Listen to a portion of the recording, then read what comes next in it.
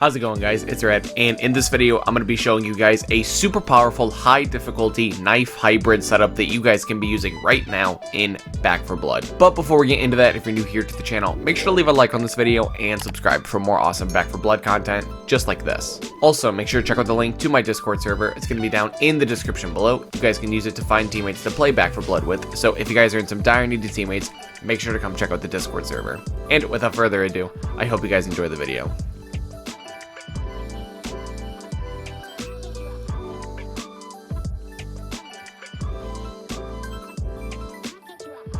Alright, so here we are in the deck building menu in Back 4 Blood. This is going to be the complete deck list, so if you guys are just looking to copy and paste the deck, now is your time to do so. But for the remainder of this video, I'm just going to be talking about why every card is where it is, and just what role every card plays in the deck, and just everything like that.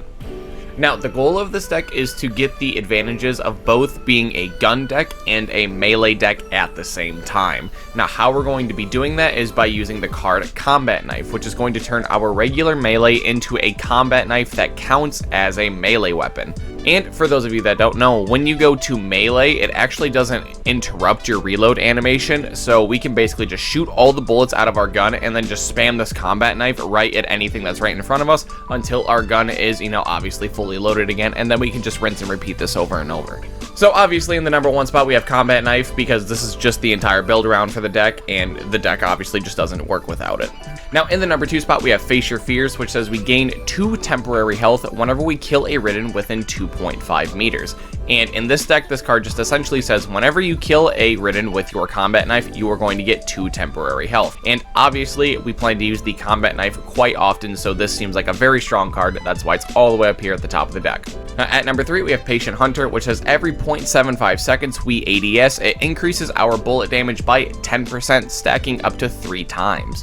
Now, the reason that this card is all the way at the top of the deck is because just simply this is one of, if not the best DPS card like in the entire game right now, and that's what I was looking for. I just wanted a card that was solely focused on doing damage, because we got cards that can take care of other things, but for this slot I wanted just as much damage as humanly possible, just to get something going for the gun half of the deck. Now, number 4 is Brazen, which is going to give us plus 20% melee stamina efficiency and plus 30% melee attack speed with minus 5% damage resistance as the downside. Now, this card's actually really great in this deck because it's going to make us swing the knife faster, and it's going to make us use less stamina to do it, which means we get more stamina to do things like, sprint or just other various things. I do like to combine Brazen with Slugger in these decks just to make it so the Combat Knife isn't really even, using up your stamina that much, because we're also going to be getting extra stamina. So later in the deck, this is just going to become really, really nasty with the Combat Knife. Now at number 5 we have Line 'em Up, which is going to give us plus 10% effective bullet range, 15% recoil control, and 25% bullet penetration and aim speed. And the reason it's all the way down here is because I felt like we just had to get other things of our engine online. Like, we obviously have to get the Combat Knife, we had to get some sort of value for using the Combat Knife, and then we obviously needed damage for our guns, and we needed, something else to make it worth using the Combat Knife. And what this is going to do is this is going to make it worth using our guns. This is just going to give a small leg up in a bunch of different categories that really, really matter with guns, like effective bullet range, recoil control. I mean, these are just good catch-alls for like literally any type of gun, and this is just going to make it so you don't really have to, play this deck with a gun type in mind. Now, in my version specifically, I did make it with assault rifles being in mind, as like the gun I'm going to use. But, I mean, if you just play more cards like Line 'em Up, you can play other cards like Cold Brew Coffee, which also, that card's not in the deck right now, but you could easily add that in, just so you can be a good catch-all deck, and you can, just switch between shotguns to LMGs to SMGs just right in the middle of the campaign. Now, number 6 is going to be Rhythmic Breathing, which is simply just going to give us plus 40% stamina. Now, the reason that this is in the deck is because whenever I am dealing with something melee-based, I cannot stand just dealing with our base amount of stamina. I don't think it's enough, especially when we're just going to be swinging the Combat Knife every few seconds. That's why this is in the deck. I do think that this gives the necessary buffer to our stamina bar that we need. Number 7 is going to be Reckless Strategy, which is going to give us plus 30% weak spot damage and minus 5% damage resistance as the downside. Now, this is in here just to, serve as another DPS card, and I am putting this card over Hyper Focused because, again, like I was saying, I wanted to kind of build this deck as like a good catch-all for, just kind of any gun type, and I feel like Hyper Focused, this downside is just a little too much on its own, because I feel like if you had to play Hyper Focused, then you would have to play like another card that would make this downside not as bad, and that just seems like a lot of commitment, especially like if you don't know what gun types you're going to be using in this deck. And the reason that this card isn't in the deck right now is because if you want to use something like ARs and SMGs, I mean, you could still use Hyper Focus, but like this is, when the downside is going to come up the most, like when it's going to be like the most potent. Now, number 8 is going to be Slugger, which is going to give us plus 5 health and plus 10% melee stamina efficiency and plus 20% melee attack speed. Now, this card's in here for the exact same reason that we're playing Brazen, because this card really is just like a worse version of Brazen, and that's why it's all the way down here. It's just going to make us so we can swing the knife faster, and it takes up less of our stamina. And when you combine it with things like Rhythmic Breathing, it's going to make it so stamina isn't really that big of a problem, even though we are like halfway a melee deck. Now, number 9 is going to be Ammo Belt, which gives us plus 50% ammo capacity and plus 15% reload speed. Now, picking out the ammo card for this deck was kind of tricky because like the reload speed doesn't particularly matter because we just plan to combat knife through all of our reloads anyway, so it doesn't really matter if it takes like an extra second or two. But while the reload speed doesn't really seem that good, getting anything over 50% ammo capacity really just seems worse, because playing a card like Ammo Mule just doesn't really sound that great. It doesn't sound like we're going to need all this ammo, and taking a hit to the move speed doesn't really sound, that good. And Ammo Pouch just doesn't really do anything. I don't feel like 25% ammo capacity is enough at all. And I mean, what's this 2.5% bullet damage doing? Like, that's not doing anything. This is just a cruel joke to make people think it's good, so people play it.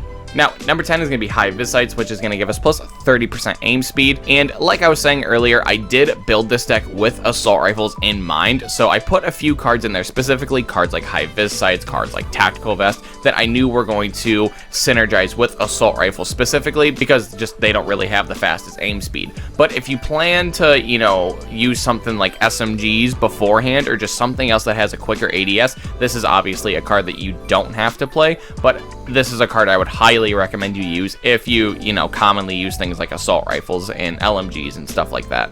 Now, number 11 through 15 are all going to serve the exact same purpose, and that is just going to be various DPS cards. Now, the reason that we have so many slots just dedicated doing nothing but damage is because the engine for this deck really isn't that big. Like there's not a lot of different cards we have to set up. There's not a lot of different things we have to do to make this deck work, which is actually really great. All we really need is the combat knife, obviously, and outside of the combat knife, we just need value with it. So we have cards like Face Your Fears, Brazen Slugger, which is going to make the knife an absolute beast. It's going to make it swing super fast, and you're going to be gaining health every single time you do it, along with the extra stamina. And we were still peppering in damage cards in there as well. Like, that's why we can afford to have all of these just straight be damaged, because it's not like we're going to be using the combat knife to kill special infected or anything like that, or at least that's not the plan. We just want to be solely using it for common infected, and that's why we need to put all these damage buffs onto our guns so that we can actually help with the special infected too. Now, number 11 is going to be Front Sight Focus, which is going to give us plus 20% accuracy, 10% weak spot damage, and 15% aim speed. 12 is going to be Large Caliber Rounds, which is going to give us plus 7.5% bullet damage and plus 200% bullet penetration. 13 is going to be Silver Bullets, which is going to give us plus 10% damage and plus 15% effective bullet range. 14, which is Shredder, which says each bullet hit causes the target to take 1% increased damage for 3 seconds, stacking up to 15%. And number 15 being Tactical Vest, which says plus 30% rifle ammo capacity and plus 10% base damage with all assault rifles and LMGs. Now, the reason I picked these 5 cards specifically is because none of them really do the same thing, which is something I'm a really big fan of. I do think that